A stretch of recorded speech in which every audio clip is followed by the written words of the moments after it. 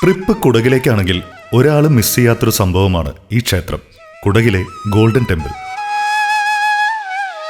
മടിക്കേരിയിൽ നിന്നും കുശാൽ നഗറിലെത്തി അവിടെ നിന്ന് വീണ്ടും 4 കിലോമീറ്റർ അകലെയുള്ള ബൈലക്കുപ്പ എന്ന സ്ഥലത്താണ് ഈ ക്ഷേത്രമുള്ളത്.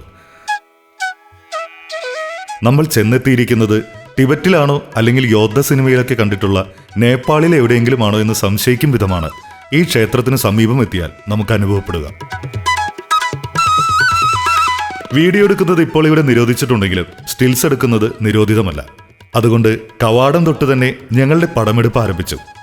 ഇന്ത്യയിലെ തന്നെ ഏറ്റവും വലിയ ടിബറ്റൻ സെറ്റിൽമെന്റുകളിൽ ഒന്നാണ് നംഡ്രോളിംഗ് മൊണാസ്ട്രി എന്നറിയപ്പെടുന്ന ഗോൾഡൻ ടെമ്പിൾ.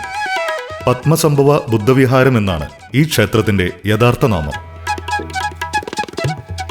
ഈ സുവർണക്ഷേത്ര സമുച്ചയത്തിൽ ഏകദേശം 16,000-ഓളം പേർ വിശ്വാസ കേന്ദ്രീകൃതമായി ഒന്നിച്ചുകൂടിയിരിക്കുന്നു.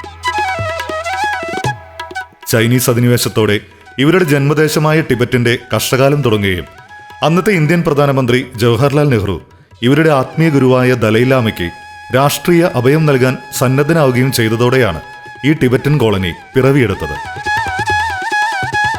പരമ്പരാഗത ടിബറ്റൻ ശൈലിയിൽ നിർമ്മിച്ച നംഡ്രോളിംഗ് മൊണാസ്ട്രി അഥവാ ഗോൾഡൻ ടെമ്പിൾ നിർമ്മിതിയിലെ ഒരു വിസ്മയം തന്നെയാണ്. ഇവിടെ എത്തുന്ന ഓരോ സന്ദർശകരെയും മറ്റേതോ ലോകത്തെത്തിക്കുന്നതാണ് ഇവിടുത്തെ കാഴ്ചകളെല്ലാം. ആകാശം മുട്ടുന്ന ഉയരത്തിൽ നിർമ്മിച്ചിരിക്കുന്ന ക്ഷേത്ര ഗോപുരങ്ങൾ തന്നെയാണ് ഇവിടേക്ക് കയറുമ്പോൾ ആദ്യം നമ്മുടെ കണ്ണിൽപ്പെടുക. വർഷങ്ങൾക്ക് മുമ്പ് മുളയിൽ നിർമ്മിക്കപ്പെട്ട ക്ഷേത്രമാണ് ഇപ്പോൾ നാം കാണുന്ന ഈ രീതിയിൽ എത്തി നിൽക്കുന്നത്.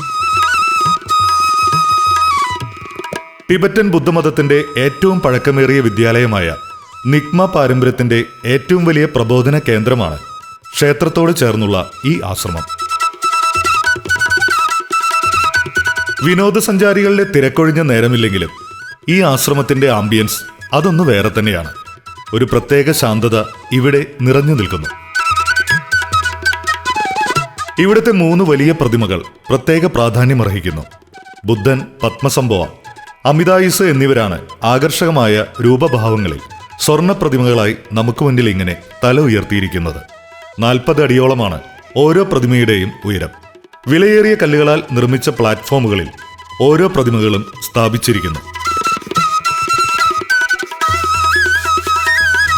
ക്ഷേത്രത്തിന്റെ ഏതു ഭാഗം നോക്കിയാലും അവിടെയെല്ലാം അതിമനോഹരങ്ങളായ ചിത്രങ്ങൾ കാണുവാൻ സാധിക്കും.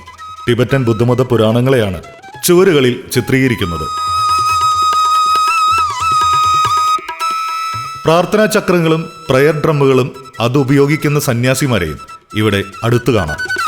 വിലയേറിയ കല്ലുകളിലും ലോഹങ്ങളിലും നിർമ്മിച്ച വിഗ്രഹങ്ങളും സ്വർണ്ണ ചിത്രങ്ങളും ക്ഷേത്രത്തിൽ ഉള്ളതിനാലാണ് സുവർണ ക്ഷേത്രമെന്ന് പേര് ലഭിച്ചത്.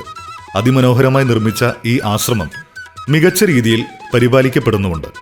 നിലവിൽ രാവിലെ 9 മുതൽ വൈകിട്ട് 6 വരെയാണ് കുടകിലെ ഈ സുവർണ ക്ഷേത്രത്തിൽ സന്ദർശകർക്കുള്ള സമയം.